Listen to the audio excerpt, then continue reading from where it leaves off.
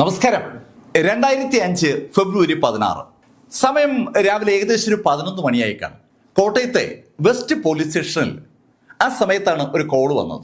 West police സ്റ്റേഷന്റെ പരിധിയിലുള്ള കോട്ടയത്തെ ചീപ്പുങ്കൽ പാലത്തിന് താഴെയായി 2 കാലുകൾ കാണുന്നുണ്ടെന്നാണ് കോൾ വിളിച്ച ആള് പോലീസ് പറഞ്ഞത്.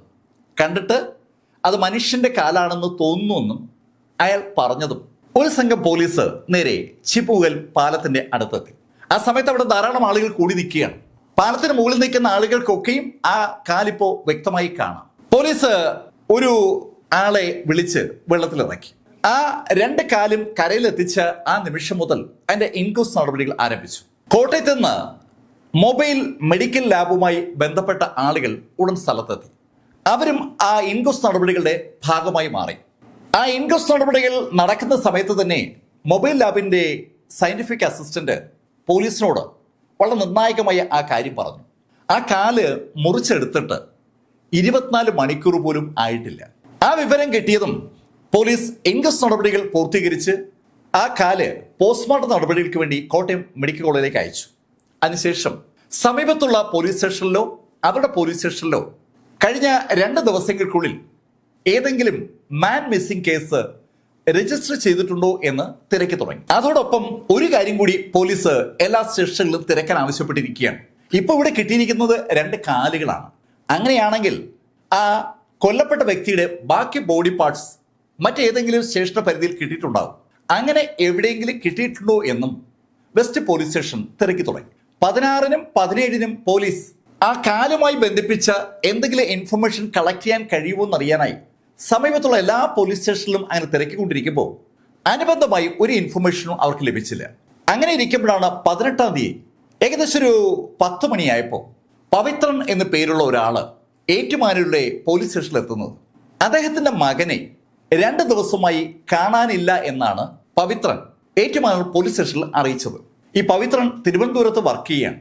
അദ്ദേഹം 2 ദിവസമായി മകനെ ഫോണിൽ കോണ്ടാക്ട് ചെയ്യാൻ ശ്രമിക്കുന്നുണ്ട്. പക്ഷെ ഫോണ് കണക്ട് ആവുന്നില്ല. മകൻ പോകാൻ സാധ്യതയുള്ള എല്ലാ സ്ഥലങ്ങളിലും പവിത്രൻ തിരുവനന്തപുരത്ത് ഇരുന്നുകൊണ്ട് തന്നെ വിളിച്ചു ചോദിച്ചിരുന്നു. അവരാരും അദ്ദേഹത്തിന്റെ മകൻ പ്രവീണിനെ കണ്ടിട്ടില്ല. അതുകൊണ്ടാണ് തിരുവനന്തപുരത്ത് നിന്ന് ഏറ്റുമാനൂരിലെത്തിയ പവിത്രൻ പരാതിയുമായി പോലീസ് സ്റ്റേഷനിൽ സമീപിച്ചിരിക്കുന്നത്. ഏറ്റുമാനൂർ പോലീസ് സ്റ്റേഷനിൽ പവിത്രന്റെ പരാതിയുടെ അടിസ്ഥാനത്തിൽ ഒരു മാൻ മിസ്സിംഗ് കേസ് രജിസ്റ്റർ ചെയ്തു. ഈ സമയത്താണ് വെസ്റ്റ് പോലീസ് സ്റ്റേഷനിൽ കോട്ടയം മെഡിക്കൽ കോളേജിൽ നിന്ന് പോസ്റ്റ്മോർട്ടം റിപ്പോർട്ട് എത്തുന്നത്. അവർക്ക് ലഭിച്ച ആ 2 കാലുകളും പോസ്റ്റ്മോർട്ടം ചെയ്ത ഡോക്ടേഴ്സ് നേരത്തെ ആ മൊബൈൽ മെഡിക്കൽ ലാബ് അസിസ്റ്റന്റ് സൂചിപ്പിച്ചതുപോലെ പോസ്റ്റ്മോർട്ടം റിപ്പോർട്ടിൽ ആ കാര്യം സൂചിപ്പിച്ചിരിക്കുകയാണ്. ആ കാല് ലഭിക്കുന്നതിന് ഏകദേശം 24 മണിക്കൂർ മുന്നെയാണ് ആ ചെറുപ്പക്കാരൻ കൊല്ലപ്പെട്ടിരിക്കുന്നത്. അവന് ഏകദേശം ഒരു 23 വയസ്സിനകത്ത് പ്രായം വരും. അതിനു പുറമെ ഒരു കാര്യം കൂടി പോസ്റ്റ്മോർട്ടം റിപ്പോർട്ടിൽ വ്യക്തമായി സൂചിപ്പിക്കുന്നുണ്ട്. ആ കാലിൽ 3 മുറിവുകളുണ്ട്.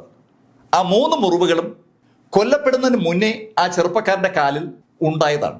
കോട്ടയം മെഡിക്കൽ കോളേജിലെ ഫോറൻസിക് റിപ്പോർട്ട് വെസ്റ്റ് പോലീസ് സ്റ്റേഷനിൽ ലഭിച്ചതും അവർക്ക് ഏറ്റുമാനൂർ പോലീസ് സ്റ്റേഷനിൽ ഒരു മാൻ മിസ്സിംഗ് കേസ് രജിസ്റ്റർ ചെയ്യപ്പെട്ട വിവരം കിട്ടി. ആ വിവരം കിട്ടിയതും വെസ്റ്റ് പോലീസ് സ്റ്റേഷനിലെ പോലീസ് ഏറ്റുമാനൂരുള്ള പവിത്രനെ കോട്ടയത്തേക്ക് വരാൻ ആവശ്യപ്പെട്ടു. തന്റെ മകനെ കാണാനില്ല എന്നുള്ള പരാതി ഏറ്റുമാനൂർ പോലീസ് സ്റ്റേഷനിൽ കൊടുത്തിട്ട് പുറത്തേക്ക് ഇറങ്ങിയ പവിത്രന് അധികം സമയം കഴിയുമ്പോൾ വെസ്റ്റ് പോലീസ് സ്റ്റേഷനിൽ നിന്ന് കോൾ ലഭിച്ചിരിക്കുകയാണ്. ഒരു പ്രതീക്ഷയോടു കൂടിയാണ് പവിത്രൻ വെസ്റ്റ് പോലീസ് സ്റ്റേഷനിൽ എത്തിയത്. വെസ്റ്റ് പോലീസ് സ്റ്റേഷനിൽ എത്തിയ പവിത്രനെ പോലീസ് കൂട്ടിക്കൊണ്ടുപോയത് കോട്ടയം മെഡിക്കൽ കോളേജിലേക്കാണ്.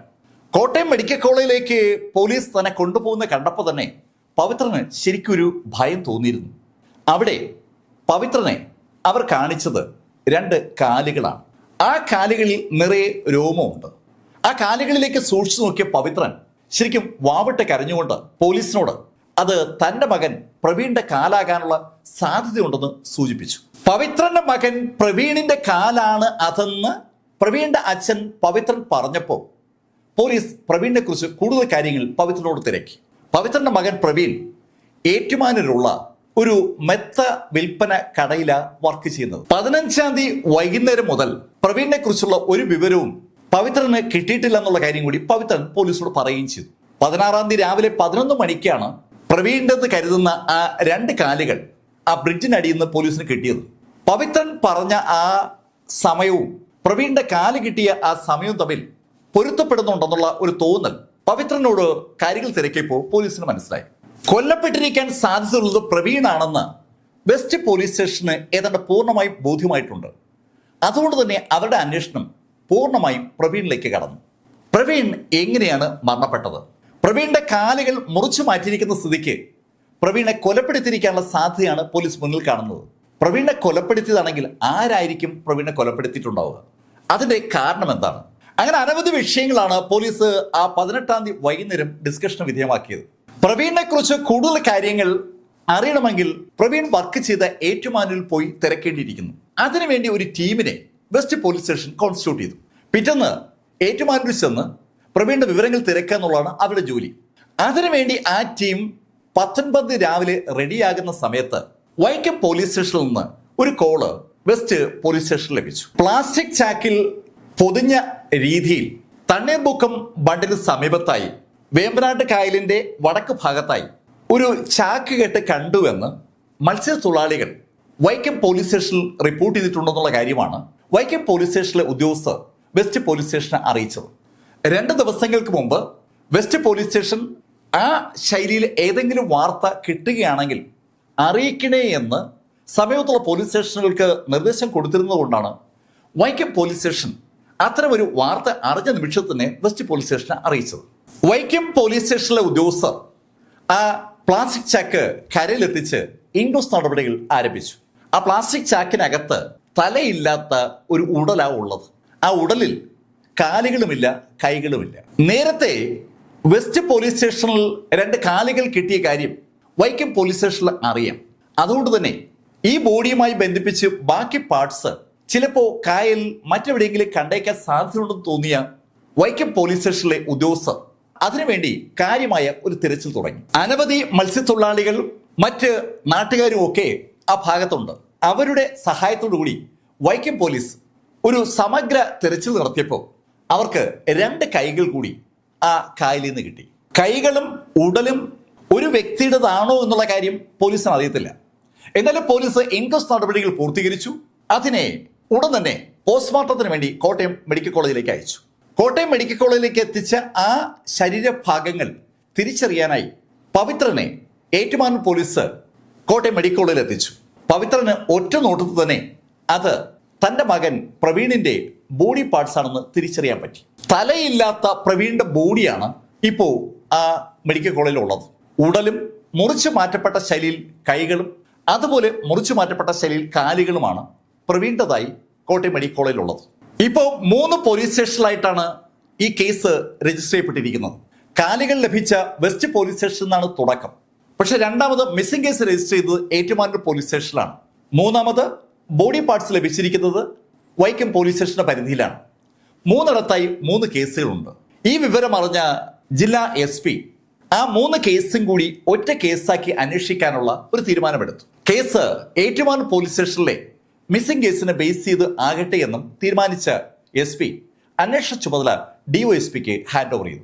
19-ാം തീയതി തന്നെ അന്വേഷണ ചുമതല ഏറ്റെടുത്ത DOSPയും അദ്ദേഹത്തിന്റെ സംഘവും പവിത്രന്റെ വ്യക്തമായ ഉറപ്പിന്റെ അടിസ്ഥാനത്തിൽ കൊല്ലപ്പെട്ടത് പ്രവീണാണെന്ന് ഉറപ്പിച്ചുകൊണ്ട് പ്രവീണിന്റെ സുഹൃത്തുക്കളെയും ബന്ധുക്കളെയും ജോലി സ്ഥലത്തുള്ള ആളുകളെയും ഒക്കെ ചോദ്യം ചെയ്തു തുടങ്ങി.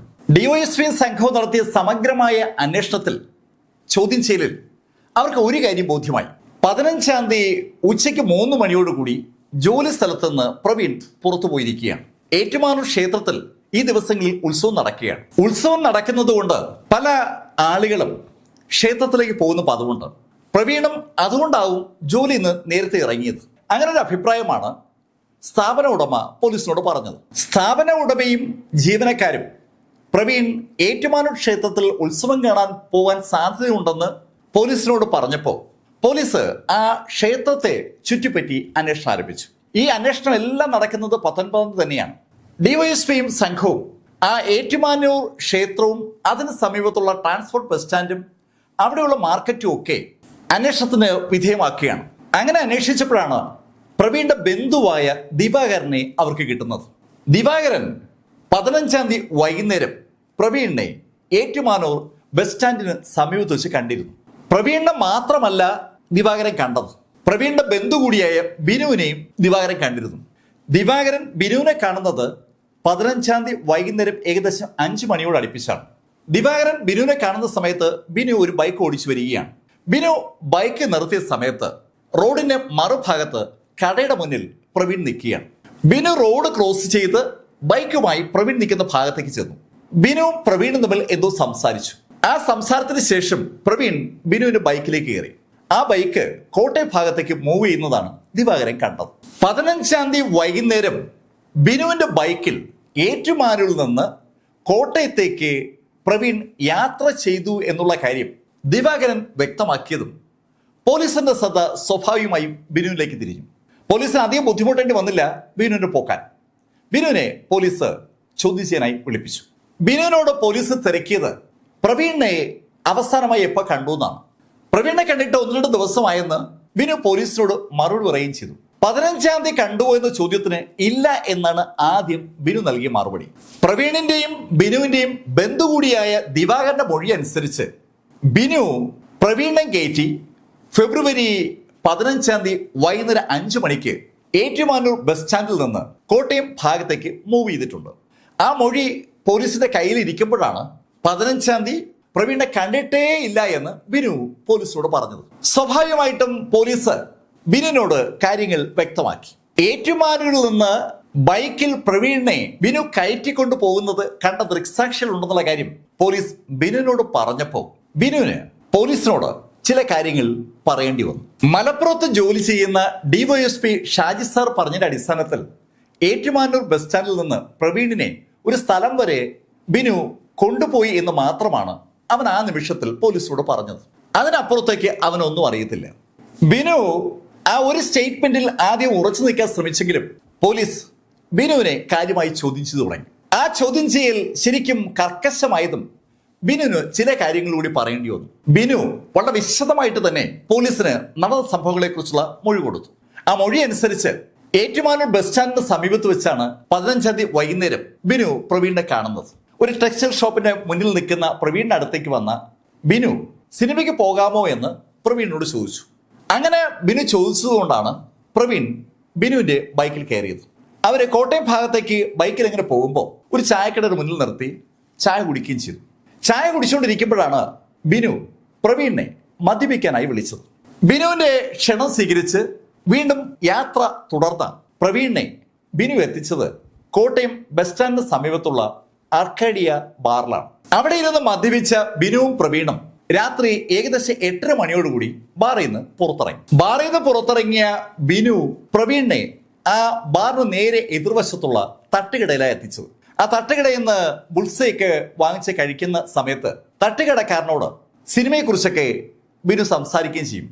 ബിനുവിന് നല്ല പരിചയമുള്ള ആളാണ് ആ തട്ടുകടക്കാരൻ. ബിനുവിനൊപ്പമുള്ള ആളെ തട്ടുകടക്കാരന് ആ സമയത്ത് ബിനു പരിചയപ്പെടുത്തി കൊടുക്കുകയും ചെയ്തു.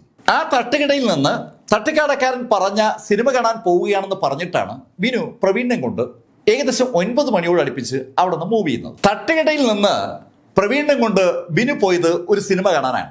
സിനിമ കഴിഞ്ഞിട്ട് ഏകദേശം ഒരു 11 മണിയോടുകൂടി പ്രവീണുമായി ബിനു തിരിച്ച് ഇതേ ആർക്കേഡിയ ബാറിന്റെ മുന്നിലെത്തും. അവരവിടെ എത്തുമ്പോൾ അവിടെ ഒരു മാരുതി കാർ കിടപ്പുണ്ട്. ആർക്കേഡിയ ബാറിന്റെ മുന്നിലൂടെ ബൈക്കിൽ ബിനു പ്രവീണിനെ കൊണ്ട് പോകുന്ന സമയത്ത് അവിടെ കിടക്കുന്ന ആ മാരുതി കാറിലെ ആളുകളെ ബിനു കൈ കാണിക്കും. അത് കഴിഞ്ഞ് പ്രവീൺ ബിനുവിനോട് ആരാ അവരെന്ന് ചോദിച്ചപ്പോൾ അവര് ബിനുവിന്റെ സുഹൃത്തുക്കളാണെന്ന് ബിനു പ്രവീണിനോട് പറയുകയും ചെയ്തു. അവരെ കൈ കാണിച്ച് ബിനു പ്രവീണുമായി മുന്നോട്ട് പോയതും അവരുടെ തൊട്ടു പുറകിലായി ആ മാരുതി കാർ അവർ ഫോളോ ചെയ്തു തുടങ്ങി. കുറെ നേരം ബിനുവിന്റെ ബൈക്ക് മുന്നിലും ആ മാരുതി കാർ പുറകിലുമായിരുന്നു. ഒരു പ്രത്യേക സ്ഥലത്തെത്തിയപ്പോൾ മാരുതി കാർ ബിനുവിന്റെ ബൈക്കിനെ ഓവർടേക്ക് ചെയ്ത് മുന്നിലായിട്ട് നിർത്തി. ബിനു കാറിന്റെ തൊട്ടു പുറകിൽ ബൈക്ക് കൊണ്ട് നിർത്തി. ബൈക്ക് നിർത്തിയ ബിനു പ്രവീണിനോട് അവന്റെ കൂട്ടുകാരെ പരിചയപ്പെടുത്തി കൊടുക്കാമെന്ന് പറഞ്ഞു. ബിനു ബൈക്കിൽ നിന്ന് ഇറങ്ങി. ആ കാറിലുണ്ടായിരുന്നത് 3 ചെറുപ്പക്കാരാണ്. ഒരു സജീഷ്, പ്രിയൻ, പിന്നെ ഒരു സുനി. ആ 3 ബിനു പ്രവീണിന് പരിചയപ്പെടുത്തി കൊടുത്തു. ആ 3 പേരെയും പ്രവീൺ പരിചയപ്പെട്ടതും ബിനു പ്രവീണിനോട് പറഞ്ഞു, പ്രവീൺ നമുക്കൊരു കാര്യം ചെയ്യാം, നമുക്കിനി കാർ യാത്ര ചെയ്യാം, ബൈക്ക് ഇവിടെ ഇരിക്കട്ടെ, ഞാൻ പിന്നീട് ഒന്ന് ബൈക്ക് എടുത്തോളാം. മദ്യപിച്ചിരിക്കുന്നതുകൊണ്ട് ഇനി ബൈക്ക് ഓടിക്കാൻ വയ്യ എന്ന് ബിനു പ്രവീണിനോട് പറഞ്ഞപ്പോൾ പ്രവീണും അതങ്ങ് സമ്മതിച്ചു. അങ്ങനെ ആ 3 സംഘത്തോടൊപ്പം ബിനു പ്രവീണും കൂടി വാഹനത്തിലേക്ക് കയറി. ആ 5-അംഗ ടീം ആ കാറിൽ ഏറ്റുമാനൂർ ഭാഗത്തേക്ക് അങ്ങനെ പോയിക്കൊണ്ടിരിക്കുമ്പോൾ കാർ ഓടിച്ചിരുന്ന വ്യക്തി കാറ് ഒന്ന് നിർത്തും. ആ കാറ് നിർത്തുന്നത് ഒരാളുടെ അടുത്താണ്. ശരിക്കും പൊക്കമുള്ള നല്ല ഉറച്ച ശരീരമുള്ള ആ ആളെ പ്രവീണിന് അറിയാം. ആ ആളും കൂടി കാറിനകത്തേക്ക് കയറി. അത് സാക്ഷാൽ ഷാജിയാണ്. പോലീസ് ഡിപ്പാർട്ട്മെന്റിൽ ശരിക്കും സ്വാധീനമുള്ള ഷാജിയാണ് ആ കാറിലേക്ക് കയറിയെന്ന് കേട്ടതും പോലീസ് ചോദ്യം ചെയ്യുന്നത് അവിടെ നിർത്തി. അവർക്ക് ഇനി ഷാജിയിൽ നിന്നുകൂടി കാര്യങ്ങൾ അറിയേണ്ടതുണ്ട്. സ്വാഭാവികമായിട്ടും ഷാജിയെ കോണ്ടാക്ട് ചെയ്യാനുള്ള ഒരു ശ്രമം പോലീസ് തുടങ്ങി. അതിന്റെ കാരണം ഷാജിയുടെ പൊസിഷനാണ്. ഷാജി ഒരു DYSP ആണ്. DYSP ആയ ഷാജിയെ ചോദ്യം ചെയ്യണമെങ്കിൽ സ്വാഭാവികമായിട്ടും മേലുദ്യോഗസ്ഥരുടെ പെർമിഷൻ വേണം. ആ കാര്യം കോട്ടയത്ത് ഈ കേസ് അന്വേഷിക്കുന്ന DYSPക്കും സംഘത്തിനും അറിയാം. അവര് വിവരം SP അറിയിച്ചു.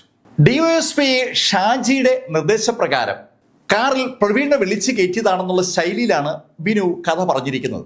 ബിനു പറഞ്ഞ കഥ എത്രത്തോളം വാസ്തവമുണ്ടെന്ന് അറിയണമെങ്കിൽ അവർക്ക് ഷാജിയെ കിട്ടിയേ പറ്റൂ. ഷാജിയെ ചോദ്യം ചെയ്യാനുള്ള പെർമിഷൻ എന്തായാലും SP അന്വേഷണ ഉദ്യോഗസ്ഥനായ DYSPക്ക് കൊടുത്തു. ചില കാര്യങ്ങൾ ഷാജിയോട് ചോദിച്ചറിയാനുണ്ടെന്ന് പോലീസ് ഷാജിയെ അറിയിച്ചതിന്റെ അടിസ്ഥാനത്തിൽ 21-ാം തീയതി കോട്ടയം പോലീസ് ക്ലബിലേക്ക് ഷാജി എത്തി. ഷാജിയെ ചോദ്യം ചെയ്തു തുടങ്ങിയപ്പോൾ ഷാജി ബിനുവിന്റെ കഥ കെട്ടുകഥയാണെന്ന് പോലീസിനോട് ആദ്യമേ പറഞ്ഞു. സർവീസിലിരിക്കുന്ന ഷാജി ഇത്തരത്തിൽ ഒരു കാര്യം ചെയ്യുമോ എന്നാണ് ഷാജി ആദ്യമേ സഹപ്രവർത്തകനായ ആ ഉദ്യോഗസ്ഥനോട് ചോദിച്ചത് തന്നെ. അന്വേഷണ ഉദ്യോഗസ്ഥന്റെ കീഴെയുള്ള ഉദ്യോഗസ്ഥരൊക്കെ ഷാജിയേക്കാൾ താഴ്ന്ന തസ്തികയിൽ വർക്ക് ചെയ്യുന്നവരാണ്. അവർക്ക് ഷാജിയെ ചോദ്യം ചെയ്യാൻ സ്വാഭാവികമായും ഒരു വിമുഖതയുണ്ടെന്ന് മാത്രമല്ല ഷാജിയുമായി അവർക്കൊക്കെ ഒരു അടുപ്പവുമുണ്ട്. സ്വാഭാവികമായിട്ടും ചോദ്യം ചെയ്യൽ അങ്ങോട്ട് കർക്കശമാവുന്നില്ല. പക്ഷെ ഷാജിയെ ഉൾക്കൊള്ളിച്ചുകൊണ്ട് വ്യക്തമായ മൊഴിയാണ് ബിനു നൽകിയിരിക്കുന്നത്. ആ മൊഴി പോലീസിന്റെ കൈവശം ഇരിക്കുന്നത് കൊണ്ട് ഷാജിയെ അവർക്ക് വിടാനും പറ്റില്ല. 21-ാം തീയതി പോലീസ് ക്ലബിൽ ഹാജരായ ഷാജിയെ 23-ആയിട്ടും വിടാത്തത് കൊണ്ട് ഷാജിയുടെ ഭാര്യ പരാതിയുമായി പോലീസിനെ സമീപിച്ചു. അവർക്കൊപ്പം പ്രഗത്ഭനായ ഒരു വക്കീലുമുണ്ട്. ശരിക്കും പ്രഗത്ഭനായ ഒരു വക്കീലുമായിട്ട് ഷാജിയുടെ ഭാര്യ എത്തി ഇവരുടെ പ്രശ്നങ്ങളൊക്കെ ഉണ്ടാക്കാൻ ശ്രമിച്ചെങ്കിലും അന്വേഷണ ഉദ്യോഗസ്ഥൻ കുലുങ്ങിയില്ല എന്നതാണ് സത്യം. തനിക്ക് എളുപ്പം ആ ചോദ്യം ചെയ്യുന്ന ആളുകളെ കബളിപ്പിക്കാൻ കഴിയുമെന്നുള്ള ഒരു തോന്നൽ ഷാജിക്ക് തുടക്കം മുതലേ ഉണ്ടായിരുന്നു. പക്ഷെ 24-ാം തീയതി ഉച്ചയായിട്ടും അയാളെ വിടാതെ വന്നതോടുകൂടി താൻ പിടിക്കപ്പെട്ടു എന്നൊരു തോന്നൽ ഷാജിക്ക് എങ്ങനെയോ ഉണ്ടായി. അതിന്റെ ഫലമായി ഷാജി 24-ാം തീയതി അന്വേഷണ ഉദ്യോഗസ്ഥനോടും സംഘാംഗങ്ങളോടും ചില കാര്യങ്ങളൊക്കെ പറഞ്ഞു തുടങ്ങി. ഷാജിക്ക് പ്രവീണിനെ നേരത്തെ അറിയാം. ഷാജിയുടെ ഏറ്റവും അടുത്ത വിശ്വസ്തനായ ഒരു ജീവനക്കാരനായിരുന്നു തുടക്കത്തിൽ പ്രവീൺ. ഷാജിക്ക് ബസ്സുണ്ട്, അനവധി ബിസിനസ് എസ്റ്റാബ്ലിഷ്മെന്റ് ഉണ്ട്. ഇതിലൊക്കെ വളരെ ആക്റ്റീവായി ഷാജിയെ സഹായിച്ചിരുന്ന വ്യക്തിയാണ് പ്രവീൺ. ചുറുചുറുക്കുള്ള, മിടുക്കനായ, സുമുഖനായ, എല്ലാ കാര്യങ്ങളും ഏൽപ്പിക്കാൻ കഴിയുന്ന പ്രവീണിനെ അതുകൊണ്ട് തന്നെ ഷാജിക്ക് വലിയ കാര്യമായിരുന്നു. ആ കാര്യം സ്വാഭാവികമായും ഷാജിയുടെ ഭാര്യയ്ക്കും ഉണ്ടായി. ഷാജിയുടെ പരിചയക്കാരനായ ശരിക്കും അടുപ്പമുള്ള ഒരാള് ഷാജിയുടെ ഭാര്യയും പ്രവീണും തമ്മിൽ അത്ര നല്ല രീതിയിലല്ലാത്ത ഒരു ബന്ധം ഉടലെടുത്തിരിക്കുന്ന കാര്യം ഷാജിയോട് സൂചിപ്പിക്കുന്നതും അതിനിടയിലാണ്. പ്രവീണിനെ തന്റെ എല്ലാ സ്ഥാപനങ്ങളിലും കൊണ്ടു നടക്കുന്ന വ്യക്തിയാണ് ഷാജി. ആ പ്രവീൺ തന്റെ ഭാര്യയോട് അടുപ്പം കാണിച്ച് മുതലെടുപ്പ് നടത്തുന്നു എന്ന് തോന്നിയ ആ നിമിഷത്തിൽ ഷാജി പ്രവീണിനെ ഒഴിവാക്കി അവന് ഒരു വാണിംഗ് കൊടുത്തു. എറണാകുളത്ത് കാല് കുത്തിയാൽ അവന്റെ മുട്ടുകാല് തല്ലി ഒടിക്കുമെന്നാണ് ഷാജി പ്രവീണിനോട് പറഞ്ഞത്. എറണാകുളത്ത് നിന്ന് പ്രവീണിനെ ഒഴിവാക്കിയെങ്കിലും ഷാജിയുടെ മനസ്സിൽ പ്രവീണിനോടുള്ള വൈരാഗ്യം ശരിക്കും ഉറച്ചിരുന്നു. ഷാജിയുടെ 3-ാമത്തെ ഭാര്യയാണ് ആ സമയത്ത് ഷാജിക്കൊപ്പം ഉണ്ടായിരുന്നത്. ഷാജിക്ക് ആ ഭാര്യയെ ശരിക്കും ഇഷ്ടവുമായിരുന്നു. അവളുമായിട്ടാണ് പ്രവീൺ ഒരു അടുപ്പം ഉണ്ടാക്കുന്നത്. ആ അടുപ്പം കണ്ടില്ല കേട്ടില്ല എന്ന് വെക്കാൻ ഷാജിക്ക് ഒരു മടിയുണ്ടായിരുന്നു. ഷാജിക്ക് എറണാകുളം മേഖലയിലുള്ള അനവധി ഗുണ്ടകളുമായി ഒരു റിലേഷൻഷിപ്പ് ഉണ്ട്. ആ റിലേഷൻഷിപ്പ് ശരിക്കും നന്നായി മെയിൻറ്റെയിൻ ചെയ്യുന്ന ഷാജി ആ റിലേഷൻ ഉപയോഗിച്ചുകൊണ്ട് പ്രവീണിന് ഒരു പണി കൊടുക്കാൻ തീരുമാനിക്കുന്നത് ഈ സമയത്താണ്. പ്രവീൺ ശരിക്കും അരുതാത്ത ഒരു ബന്ധത്തിന് തുടക്കം കുറിച്ചത് ഒരു കാരണവശാലും സഹിക്കാൻ പറ്റുന്ന ഒരാളായിരുന്നില്ല ഷാജി. അതുകൊണ്ട് ഷാജി ബിനുവിനെ ഉപയോഗിച്ച് ഒരു കൊട്ടേഷൻ രൂപം കൊടുക്കുകയായിരുന്നു. ബിനു പ്രവീണുമായി നല്ല അടുപ്പമുള്ള പ്രവീണിന്റെ ബന്ധു കൂടിയാണ്, അവന്റെ കസിനാണ്. ഷാജിയുടെ നിർദ്ദേശപ്രകാരം വളരെ വിദഗ്ധമായിട്ടാണ് ബിനു പ്രവീണിനെ കൊടുക്കുന്നത്. മലപ്പുറത്ത് വർക്ക് ചെയ്യുന്ന ഷാജി മലപ്പുറത്ത് നിന്ന് കോട്ടയത്ത് എത്താനുള്ള സമയം അത് കണക്ക് കൂട്ടിക്കൊണ്ടാണ് ഈ പരിപാടികളൊക്കെ ആസൂത്രണം ചെയ്തത്. ഷാജി എത്താൻ വേണ്ടിയാണ് യഥാർത്ഥത്തിൽ പ്രവീണിനെ ബിനു സിനിമയ്ക്ക് കൊണ്ടുപോകുന്നതും ബാറിൽ കൊണ്ടുപോകുന്നതൊക്കെ. ഏകദേശം 11 മണി കഴിയുമ്പോൾ മലപ്പുറത്തുനിന്ന് ഷാജി കോട്ടയത്ത് എത്തുമെന്നുള്ള കാര്യം ബിനുവിന് അറിയാമായിരുന്നു. ഷാജി എത്തിയെന്ന് ഉറപ്പാക്കിയതിന് ശേഷമാണ് ബിനു പ്രവീണിനെ കൊണ്ട് ആ മാരുതി കാറിന്റെ മുന്നിൽ യാത്ര ചെയ്ത് തുടങ്ങിയത്. യഥാർത്ഥത്തിൽ ഈ സമയത്ത് ഷാജിയുടെ റെക്കോർഡുകൾ അനുസരിച്ച് ഷാജി മലപ്പുറത്ത് തന്നെയുണ്ട്. ഏതെങ്കിലും കാരണവശാൽ പിന്നീട് പോലീസ് അന്വേഷണം ഉണ്ടാവുകയാണെങ്കിൽ ഷാജി മലപ്പുറത്താണെന്ന് തെളിയിക്കാനുള്ള റെക്കോർഡുകൾ ഉണ്ടാക്കി വെച്ചതിന് ശേഷമാണ് ഷാജി അവിടെ നിന്ന് കോട്ടയത്ത് ആ രാത്രി എത്തിയത്. ഷാജിയും ബിനുവും ആ മാരുതി കാറിൽ ഉണ്ടായിരുന്ന സമയത്ത് പ്രവീണിന്റെ അപ്പുറവും ഇപ്പുറവും ഇരിക്കുന്ന ആളുകളുടെ സഹായത്തോടുകൂടി പ്രവീണിന്റെ കഴുത്ത് വരിഞ്ഞ് മുറുക്കുകയായിരുന്നു. പ്രവീണിനെ ശരിക്കും കാറിൽ വെച്ച് ശ്വാസം മുട്ടിച്ച് കൊലപ്പെടുത്തുകയാണ് ചെയ്തത്. കാറിൽ വെച്ച് ശ്വാസം മുട്ടിച്ച് കൊലപ്പെടുത്തപ്പെട്ട പ്രവീണിനെ അവർ കൊണ്ടുപോയത് ഒരു റബ്ബർ തോട്ടത്തിലേക്കാണ്. ഷാജിയുടെ തന്നെ ഒരു സുഹൃത്തിന്റെ റബ്ബർ തോട്ടമാണ് അത്. വളരെ വിശാലമായ ഒരു റബ്ബർ തോട്ടമാണ്. അവിടെ ചുറ്റുപാടൊന്നും ആരുമില്ല. ആ റബ്ബർ തോട്ടത്തിനകത്ത് വെച്ചാണ് പ്രവീണിനെ കഷ്ണം കഷ്ണമായി മുറിക്കുന്നത്. ഷാജിയുടെ നേതൃത്വത്തിൽ പ്രവീണിനെ കഷ്ണങ്ങളാക്കി മുറിച്ചതിന് ശേഷം ആ കഷ്ണങ്ങൾ പ്ലാസ്റ്റിക് കവറുകളിലേക്ക് മാറ്റി. ആ കവറുകൾ കോട്ടയത്തും എറണാകുളത്തുമുള്ള വിവിധ സ്ഥലങ്ങളിൽ വലിച്ചെറിയാനുള്ള നിർദ്ദേശം കൊടുത്തതിന് ശേഷം ഷാജി അപ്പോൾ തന്നെ ആ സ്പോട്ടിൽ നിന്ന് മലപ്പുറത്തേക്ക് മടങ്ങി. ഇത്രയും കഥയാണ് ഷാജി പോലീസിനോട് സമ്മതിച്ചത്. അന്വേഷണ ഉദ്യോഗസ്ഥനായ ആ ഡിവൈഎസ്പിയും മറ്റു ഉദ്യോഗസ്ഥരും കാര്യമായി കിണഞ്ഞ് പരിശ്രമിച്ചപ്പോഴാണ് ഷാജി ഇത്രയും കഥ പറയുന്നത് തന്നെ. ഇപ്പോ ബിനു പറഞ്ഞ കഥയും ഷാജി പറഞ്ഞ കഥയും തമ്മിൽ ഒരു യോജിപ്പുണ്ട്. ഷാജിയും ബിനുവും പറഞ്ഞ കഥ അനുസരിച്ച് കൊല്ലപ്പെട്ടിരിക്കുന്നത് പ്രവീണാണ്. പക്ഷെ പ്രവീണാണെന്ന് പൂർണ്ണമായും തെളിയിക്കണമെങ്കിൽ ആ തല കൂടി വേണമല്ലോ. ഷാജി പറഞ്ഞനുസരിച്ച് തലയും അറുത്തു മാറ്റപ്പെട്ടിരുന്നു. ആ തലയും എവിടെയോ വലിച്ചെറിഞ്ഞിട്ടുണ്ട്. എവിടെയാണ് ആ തല വലിച്ചെറിഞ്ഞതെന്ന് ആ ഗുണ്ടകൾക്ക് കൃത്യമായി അറിയേണ്ടതാണ്. പോലീസ് വീണ്ടും ആ ഗുണ്ടകളെ ചോദ്യം ചെയ്തു തുടങ്ങിയതും അവർ എവിടേക്കാണ് ബോഡി പാർട്സുകൾ വലിച്ചെറിഞ്ഞെന്നുള്ള കാര്യം പോലീസിനോട് പറഞ്ഞു. തണ്ണീർമുക്കം ബണ്ടിന് സമീപത്തും കോട്ടയം ചീപ്പുകൾ പാലത്തിന് താഴെയൊക്കെ ആ ബോഡി പാർട്സുകൾ വലിച്ചെറിഞ്ഞ കാര്യം പോലീസിനോട് സമ്മതിച്ച ആ ഗുണ്ടകൾ ഒരു കാര്യം കൂടി പോലീസിനോട് പറഞ്ഞു. ഈ ബോഡി പാർട്സുകൾ വലിച്ചെറിയുന്ന സമയത്തൊക്കെ അവർക്കൊപ്പം ഷാജി കൂടെ ഉണ്ടായിരുന്നു. നേരത്തെ ഡിഎസ്പി ഷാജി കൊടുത്ത മൊഴി അങ്ങനെയല്ല. ഷാജിയുടെ മൊഴി അനുസരിച്ച് പ്രവീണിനെ പാർട്സ് ആക്കി കവറിലാക്കുന്നവർ മാത്രമേ അയാൾ ആ ഗുണ്ടകൾക്കൊപ്പം ഉണ്ടായിരുന്നുള്ളൂ. പക്ഷെ ഗുണ്ടകൾ പറയുന്നത് ആ ബോഡി പാർട്സുകൾ എവിടെയൊക്കെയാണ് കൊണ്ട് കളഞ്ഞെന്നുള്ള കാര്യം ഷാജിക്ക് അറിയാം. കാരണം ഷാജി ആ സമയത്തൊക്കെ അവർക്കൊപ്പം ഉണ്ടായിരുന്നു. അങ്ങനെ ഗുണ്ടകൾ തീർത്തു പറഞ്ഞതും പോലീസ് അവരോട് ആ തല എന്ത് ചെയ്തു തിരക്കി. എല്ലാ ബോഡി പാർട്സുകളും അവർ വലിച്ചെറിഞ്ഞെങ്കിലും തല യഥാർത്ഥത്തിൽ അവർ മറവ് ചെയ്യുകയായിരുന്നു. തണ്ണീർമുക്കത്ത് ആ കബന്ധം വലിച്ചെറിഞ്ഞതിന് ശേഷം അവർ തണ്ണീർമുക്കത്ത് നിന്ന് വരുന്ന വഴിക്ക് ഒരു ബാറിന് സമീപത്ത് തല കുഴിച്ചിട്ടു എന്നാണ് ആ ഗുണ്ടകൾ പോലീസിനോട് സമ്മതിച്ചത്. ശരിക്കും പോലീസിന് ഒരു നിർണായകമായ ഇൻഫർമേഷൻ കിട്ടിയിരിക്കുകയാണ്. കൊല്ലപ്പെട്ട ആ വ്യക്തി പ്രവീണാണെന്ന് തെളിയിക്കാനുള്ള ഏറ്റവും നിർണായക ഇൻഫർമേഷൻ ആ തലയാണല്ലോ. തല ബാറിന്റെ സമീപത്തുനിന്ന് അറിഞ്ഞ ഒരു വൻ പോലീസ് സംഘം ആ ഗുണ്ടകളുമായി ആ ബാറിന് സമീപമെത്തി. ബാറിന് സമീപത്ത് ആ ഗുണ്ടകൾ കാണിച്ചു കൊടുത്ത സ്ഥലം പോലീസ് കുഴിച്ചു തുടങ്ങി. അവിടെ കുഴിച്ചപ്പോ ആ തലയില്ല. അപ്പൊ ഗുണ്ടകൾക്കൊരു സംശയം, രാത്രിയാണല്ലോ ഈ കുഴിച്ചിടുന്നത്, സർ ഈ ഭാഗത്ത് എവിടെയാണ് കുഴിച്ചിട്ടത്? അങ്ങനെ അവർ പറഞ്ഞതും പോലീസ് JCB വരുത്തി ആ ഭാഗം മുഴുവൻ കിളച്ചു തുടങ്ങി. വളരെ ശ്രദ്ധിച്ച് മണ്ണ് മാറ്റി നോക്കുകയാണ്. വിവരം പറഞ്ഞ് ജനം മുഴുവൻ അവിടേക്ക് ഒഴുകിയെത്തിയിരിക്കുകയാണ്. TV ചാനലുകാരൊക്കെ എത്തിയിട്ടുണ്ട്. ഒരു പ്രമാദമായ കേസായി ഈ സമയത്ത് പ്രവീൺ കേസ് മാറിയിരിക്കുകയാണ്. ശരിക്കും ലൈവ് ടെലികാസ്റ്റും റിപ്പോർട്ടിങ്ങും ഒക്കെയായി ആകെ ബഹളമയമായ ഒരവസ്ഥ. ആ എൻ്റെ ഏരിയയും കിളച്ചു മറിച്ച് നോക്കിയിട്ടും അവിടെ നിന്ന് ആ ഗുണ്ടകൾ പറഞ്ഞതുപോലെ തല മാത്രം കിട്ടിയില്ല. പ്രവീണിനെ കൊലപ്പെടുത്തിയിട്ടില്ല എന്ന ശൈലിയിൽ ഷാജി കോടതിയിൽ മൊഴി മാറ്റാനുള്ള സർവ്വസാധ്യതയുമുണ്ട്. ആ കാര്യം പോലീസുകാർക്ക് അറിയാം. പ്രവീണിനെ കൊല ചെയ്തു എന്ന പേരിലാണ് ഷാജിയുടെ മേൽ കേസ് ചാർജ് ചെയ്തിരിക്കുന്നത്. കൊല്ലപ്പെട്ടത് പ്രവീണാണെന്ന് കോടതിയിൽ പ്രൂവ് ചെയ്യാൻ പറ്റിയില്ല എങ്കിൽ കേസ് തള്ളിപ്പോകാനുള്ള സർവ്വസാധ്യതയുണ്ട്. പ്രവീണിന്റെ ആ തല കിട്ടാതെ വന്നപ്പോൾ ആ കാര്യമാണ് അന്വേഷണ ഉദ്യോഗസ്ഥരും കൂടെ ഉള്ളവർക്കും ആദ്യം മനസ്സിലേക്ക് വന്നത്.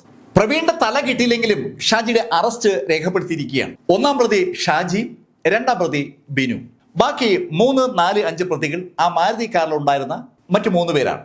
ഈ 5 ആളുകളെയും പ്രതികളാക്കി പോലീസ് കേസ് രജിസ്റ്റർ ചെയ്തു.